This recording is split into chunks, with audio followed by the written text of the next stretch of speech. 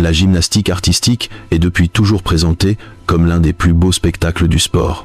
Des corps qui semblent défier la gravité, des enchaînements qui allient puissance, précision et grâce, et des sourires figés qui masquent l'effort colossal. Sur le podium, tout paraît parfait, presque irréel. Mais derrière cette façade d'élégance et d'harmonie se cache une vérité bien plus sombre. La gymnastique est aussi l'un des sports les plus dangereux au monde.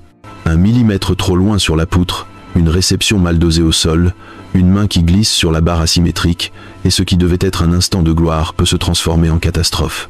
Contrairement à d'autres disciplines où une erreur signifie simplement perdre des points ou une médaille, dans la gymnastique, la moindre défaillance peut coûter la santé et parfois même la vie. L'histoire de ce sport est marquée par des drames silencieux et brutaux. Ils ne font pas toujours la une des journaux, car la gymnastique n'a pas la même visibilité médiatique que le football ou l'athlétisme. Pourtant, chacun de ces accidents a bouleversé des familles, traumatisé des générations d'athlètes et dans certains cas, forcé les instances sportives à changer leurs règles de sécurité. Dans ce documentaire, nous allons revisiter 5 des décès les plus tragiques de la gymnastique artistique. Des histoires différentes, mais toutes reliées par un fil rouge, l'extrême fragilité de la frontière entre le rêve et le cauchemar. Il y a d'abord Melanie Coleman, une gymnaste universitaire américaine pleine d'avenir, morte à seulement 20 ans après une chute apparemment banale aux barres asymétriques. Un drame qui a rappelé que même les entraînements de routine peuvent être fatals. Nous évoquerons ensuite Julissa Gomez, jeune prodige du Texas, victime en 1988 d'un saut Yurchenko raté qui l'a laissé paralysée. 3 ans plus tard, elle est décédée des suites de ses blessures, devenant un symbole de l'imprudence des entraîneurs qui poussent parfois trop loin des athlètes encore adolescentes. Puis il y a le cas d'Elena Moukina, championne du monde soviétique de 1978. Pressée par un système obsédé par la victoire et la rivalité avec la Roumanie de Nadia Comaneci, elle a été contrainte de tenter le Thomas Salto, un élément réputé presque impossible à maîtriser. En 1980, un entraînement tourne au désastre, fracture cervicale, paralysie à vie. Après 26 années passées en fauteuil roulant, elle est morte en 2006 des complications de son état. Nous reviendrons aussi sur l'histoire récente de Naufal Takdir Al-Bari, un jeune Indonésien de 19 ans qui s'entraînait en Russie pour réaliser son rêve olympique. En janvier 2025, une mauvaise réception dans une fosse de mousse a provoqué une blessure fatale au cou. Il est mort 12 jours plus tard, rappelant que même les équipements conçus pour protéger peuvent devenir des pièges mortels. Enfin, nous parlerons de Christiane Rich, dont le combat n'a pas eu lieu sur un agrès, mais dans son propre corps. Victime de l'obsession maladive de la minceur imposée par son sport, elle a sombré dans l'anorexie sévère. En 1994, elle est décédée à seulement 22 ans, non pas à cause d'une chute, mais à cause de la pression psychologique et des troubles alimentaires qui la rongeaient depuis des années. Ces 5 histoires ne sont pas seulement des tragédies individuelles, elles sont des avertissements, des rappels brutaux que derrière chaque médaille et chaque sourire de championne se cache une vulnérabilité immense. Elles rappellent que la gymnastique artistique, sous son vernis de perfection, peut être impitoyable et que son exigence, physique et mentale, laisse parfois des cicatrices que rien ne peut effacer. Au fil de ce récit, nous plongerons dans les détails de ces destins brisés, afin de comprendre non seulement comment ils se sont produits, mais aussi ce qu'ils nous disent sur le sport lui-même, ses dangers, ses excès et la nécessité absolue de protéger celles et ceux qui, chaque jour, risquent tout pour quelques secondes de gloire. Le 8 novembre 2019, la communauté de la gymnastique universitaire américaine a été frappée par une nouvelle qu'elle n'oubliera jamais. Melanie Coleman, âgée de seulement 20 ans, s'est blessée mortellement lors d'un entraînement de routine aux barres asymétriques. Son décès a choqué non seulement ses coéquipières et entraîneurs, mais aussi tout un pays qui voyait en elle une jeune athlète exemplaire, symbole de discipline et de persévérance. Melanie était étudiante à la Southern Connecticut State University. Fille d'une famille passionnée de sport, elle avait commencé la gymnastique dès l'enfance et n'avait jamais cessé de progresser. Ses entraîneurs la décrivaient comme une travailleuse infatigable, toujours prête à donner plus d'efforts que les autres. Elle rêvait de devenir infirmière, tout en continuant à représenter son université dans les compétitions NCAA. Pour beaucoup, elle incarnait l'équilibre parfait entre études, sport et valeurs humaines. Ce matin-là, rien ne laissait présager le drame. L'entraînement se déroulait dans la salle habituelle, entourée de ses coéquipières. Mélanie répétait une entrée classique aux barres asymétriques, un mouvement qu'elle avait exécuté des centaines de fois auparavant. Mais dans la gymnastique, il suffit d'un infime détail pour que tout bascule. Au moment de saisir la barre, ses mains ont glissé. Peut être un peu d'humidité, peut être une légère erreur d'alignement. En une fraction de seconde, son corps a basculé vers l'avant. Elle est tombée lourdement, la tête et la nuque frappant violemment le sol. Le silence a envahi la salle. Ses coéquipières ont couru vers elle, mais Mélanie ne bougeait plus. Les secours sont arrivés rapidement et elle a été transportée en urgence à l'hôpital Yale New Haven. Malgré tous les efforts des médecins, le diagnostic était terrible, une lésion cervicale grave, entraînant une paralysie immédiate. Quelques heures plus tard, Mélanie succombait à ses blessures. Sa mort a provoqué une onde de choc. Dans les jours qui ont suivi, les médias nationaux se sont emparés de l'affaire. Comment une athlète jeune, en parfaite santé, pouvait-elle mourir lors d'un simple entraînement ? Les experts ont rappelé que la gymnastique, malgré son apparence élégante, reste un sport à haut risque. Les chutes sur la tête ou le cou peuvent être fatales, même sur des exercices routiniers. La famille de Mélanie a exprimé sa douleur, mais aussi sa fierté. Sa mère a déclaré « Mélanie vivait sa passion à fond. Elle donnait tout ce qu'elle avait, sur le tapis comme dans la vie. » Ses coéquipières, anéanties, se sont rassemblées pour lui rendre hommage lors d'une cérémonie émouvante dans le gymnase où elle avait passé tant d'heures à s'entraîner. Le décès de Mélanie a également relancé le débat sur la sécurité dans les programmes universitaires de gymnastique. Plusieurs experts ont plaidé pour un meilleur contrôle des équipements, une surveillance accrue lors des entraînements et des formations spécifiques pour gérer les risques. Si aucun dispositif ne peut éliminer totalement le danger, chaque mesure préventive peut sauver une vie. Mais au-delà des discussions techniques, ce qui reste, c'est le souvenir d'une jeune femme qui avait encore toute la vie devant elle. Mélanie Coleman n'était pas une star mondiale, elle n'avait pas encore participé aux Jeux Olympiques ni remporté de médaille internationale. Mais son histoire a marqué les esprits précisément parce qu'elle semblait si ordinaire. Une étudiante, une athlète, une fille pleine de rêves, emportée en une seconde par la cruauté du destin. Aujourd'hui encore, son nom est évoqué dans les salles de gymnastique américaines comme un rappel de la fragilité de ce sport. Pour ses proches, elle reste la fille au sourire lumineux, toujours prête à encourager les autres. Pour la communauté sportive, elle est devenue un symbole, celui de l'importance de ne jamais banaliser les risques, même dans les gestes les plus familiers. La mort de Mélanie Coleman n'a pas seulement laissé un vide immense dans le cœur de ceux qui l'aimaient. Elle a aussi laissé un message que la gymnastique, malgré toute sa beauté, exige une vigilance constante. Car derrière chaque saut, chaque rotation, chaque routine, il y a un être humain, fragile, précieux, irremplaçable. Au printemps 1988, Julissa Gomez incarnait l'espoir et la fraîcheur de la gymnastique américaine. Née à San Antonio, au Texas, cette adolescente de 15 ans s'était imposée comme l'un des talents les plus prometteurs du pays. Elle venait d'intégrer l'équipe nationale junior et rêvait déjà des Jeux Olympiques, mais son destin allait basculer brutalement, transformant son rêve en cauchemar et son nom en symbole d'une tragédie évitable. Julissa avait un style qui séduisait ses entraîneurs, dynamique, énergique, doté d'une élégance naturelle. Son agrès de prédilection était le saut de cheval. À la fin des années 1980, un nouveau mouvement commençait à s'imposer dans les compétitions internationales, le Yurchenko Vault. Cet enchaînement spectaculaire consistait à effectuer une rondade et un flip arrière sur le tremplin avant de s'élancer sur la table de saut pour réaliser une vrille ou un salto. À l'époque, peu de gymnastes maîtrisaient ce saut complexe. Pour les entraîneurs, c'était l'avenir. Pour Julissa, c'était une obligation si elle voulait briller au plus haut niveau. Dès les premières tentatives, Julissa avait montré des difficultés. Sa technique était encore instable, ses réceptions incertaines. Mais la pression était énorme. Les entraîneurs insistaient, convaincus que son talent finirait par combler les failles techniques. Julissa, docile et ambitieuse, accepta de continuer malgré ses doutes. Le 5 mai 1988, lors d'un tournoi international à Tokyo, l'accident se produisit. Julissa prit son élan pour le Yurchenko. Mais dès la phase de la rondade, tout sembla décalé. Ses mains ne trouvèrent pas le bon appui et au lieu d'être propulsée vers le haut, son corps bascula en avant. En une fraction de seconde, elle s'écrasa tête la première sur le sol, sous les yeux horrifiés du public. Le verdict médical fut immédiat et impitoyable. Fracture des vertèbres cervicales, tétraplégie.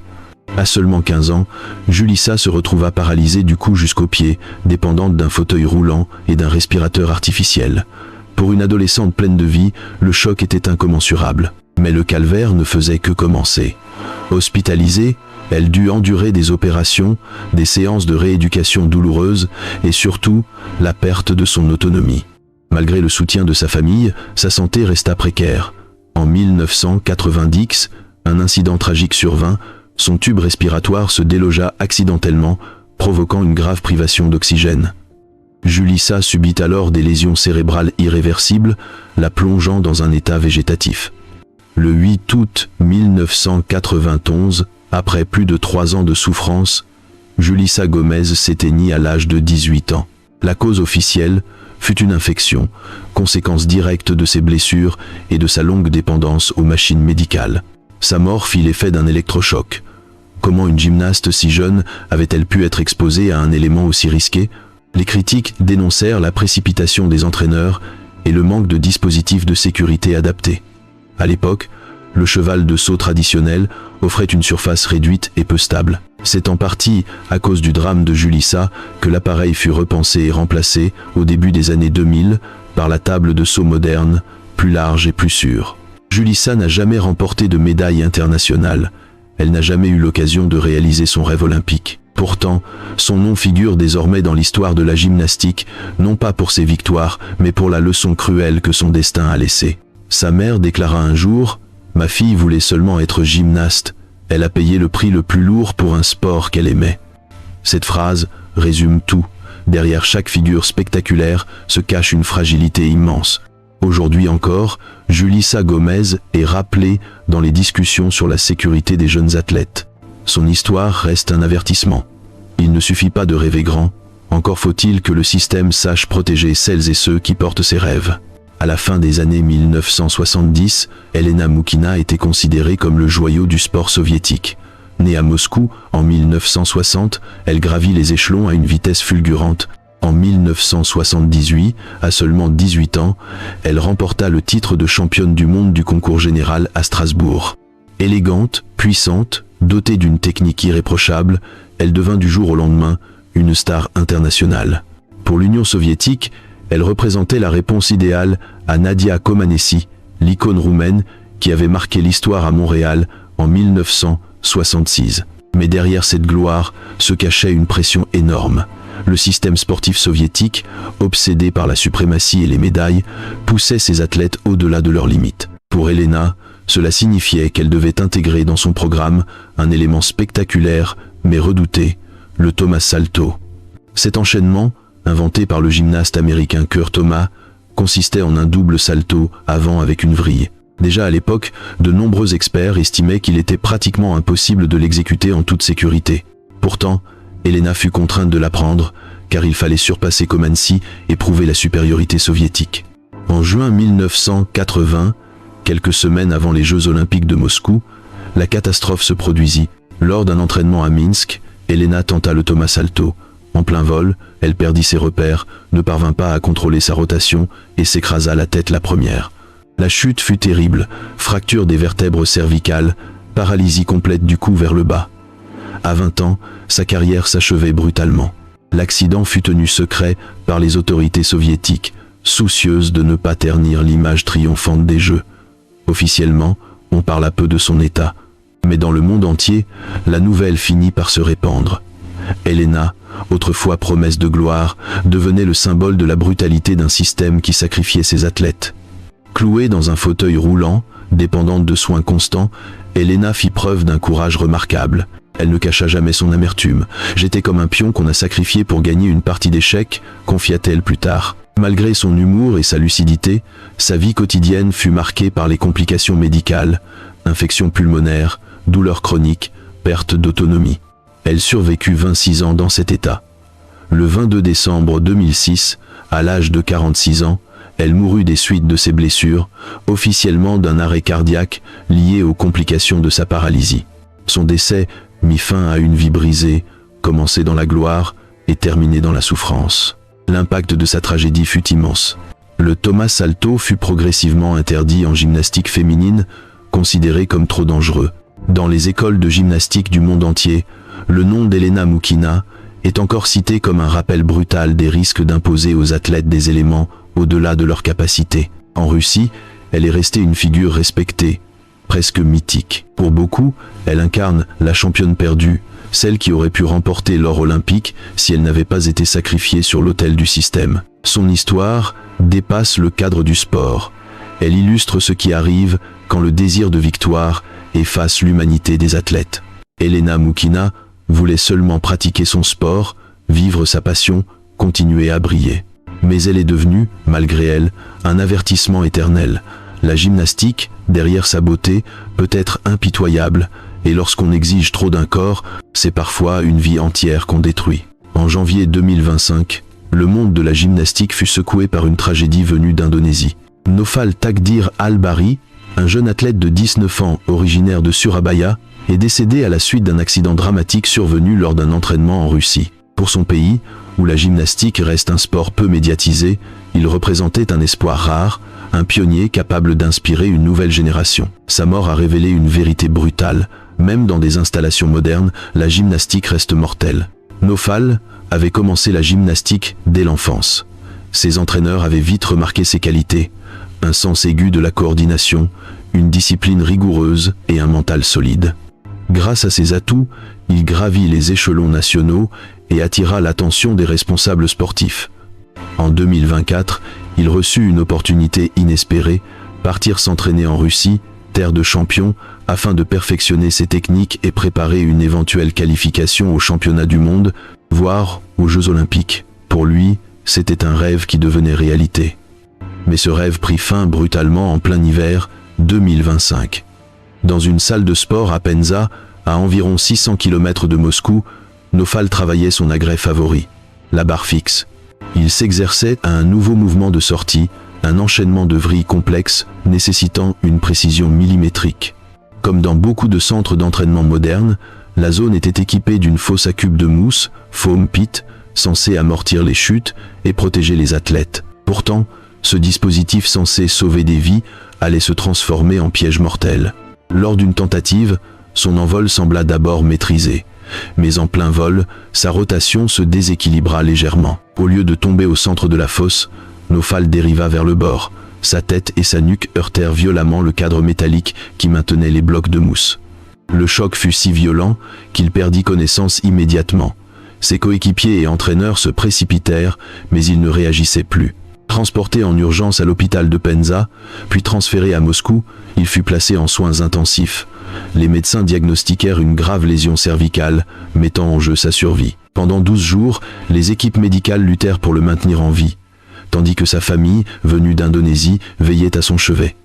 Mais malgré tous les efforts, son état empira. Le 24 janvier 2025, Naufal s'éteignit, à seulement 19 ans. La nouvelle fit l'effet d'une bombe en Indonésie. Bien que la gymnastique n'y soit pas un sport populaire, l'histoire de Naufal toucha profondément l'opinion publique. Pour beaucoup, il représentait la preuve que même dans un pays sans grande tradition, un jeune pouvait rêver grand et rivaliser sur la scène internationale. Son décès suscita une immense vague d'émotion et de tristesse. Rapidement, des questions furent posées. Comment un accident aussi grave avait-il pu se produire dans une salle réputée sûre ? Les experts soulignèrent que les fosses à mousse, bien qu'utiles, ne garantissaient pas une sécurité absolue. Les zones proches des bords restaient dangereuses, surtout lors d'enchaînements très complexes. Le cas de Naufal montrait qu'il fallait repenser la conception de ces équipements ou renforcer leur sécurisation. En Indonésie, Naufal fut accueilli comme un héros lors de ses funérailles. Des centaines de personnes vinrent lui rendre hommage. Ses entraîneurs le décrivirent comme un jeune humble, travailleur, toujours prêt à soutenir ses camarades. Pour sa famille, il restait l'enfant lumineux qui avait osé rêver au-delà des frontières. Aujourd'hui, son nom résonne comme un avertissement. Le destin de Naufal Takdir Al-Bari rappelle que la gymnastique, même pratiquée dans les meilleures conditions, comporte des risques extrêmes. Mais il incarne aussi le courage et l'ambition, celle d'un jeune homme qui, malgré les obstacles, avait choisi de poursuivre son rêve, quitte à risquer tout. Contrairement aux autres tragédies de la gymnastique, l'histoire de Kristi Henriques ne s'est pas terminée par une chute spectaculaire sur un agrès. Elle s'est jouée dans le silence, dans l'ombre des compétitions, à travers une bataille invisible, celle contre les troubles alimentaires, conséquence directe d'une pression implacable exercée sur les jeunes gymnastes dans les années 1980 et 1990. Née en 1972 à Kansas City, dans le Missouri, Christy montra très tôt un talent exceptionnel. Elle intégra rapidement l'élite nationale américaine et, adolescente, participa à des compétitions internationales de haut niveau. Avec son style fluide et précis, elle était considérée comme une promesse sûre de l'équipe américaine, susceptible de viser les Jeux Olympiques. Mais dans le monde de la gymnastique de l'époque, un critère impitoyable dominait, la minceur extrême. Les entraîneurs, juges et médias répétaient sans cesse que pour réussir, il fallait un corps parfait, c'est-à-dire léger, frêle, presque enfantin. Christy, de taille légèrement plus grande et avec une morphologie différente, devint rapidement la cible de critiques incessantes. Le tournant se produisit en 1988, lorsqu'un juge international lui dit brutalement qu'elle n'avait pas le corps pour devenir olympienne. Cette remarque, rapportée par ses proches, la marqua au fer rouge. Dès lors, Christy entra dans une spirale infernale. Elle développa une anorexie mentale, puis une boulimie sévère. Pour elle, chaque repas devenait une épreuve, chaque gramme une menace pour son avenir sportif. Au fil des années, son état de santé se dégrada. Ses performances chutèrent, son corps s'affaiblit. Pourtant, la pression ne diminua pas. Dans un système obsédé par la gloire et les médailles, la souffrance psychologique d'une adolescente passait au second plan. Christy continua de s'entraîner, masquant ses douleurs derrière des sourires forcés. Au début des années 1990, la situation devint critique. Elle fut hospitalisée à plusieurs reprises, son poids chutant dangereusement. Mais les traitements, bien que tentés, ne parvinrent pas à enrayer la maladie.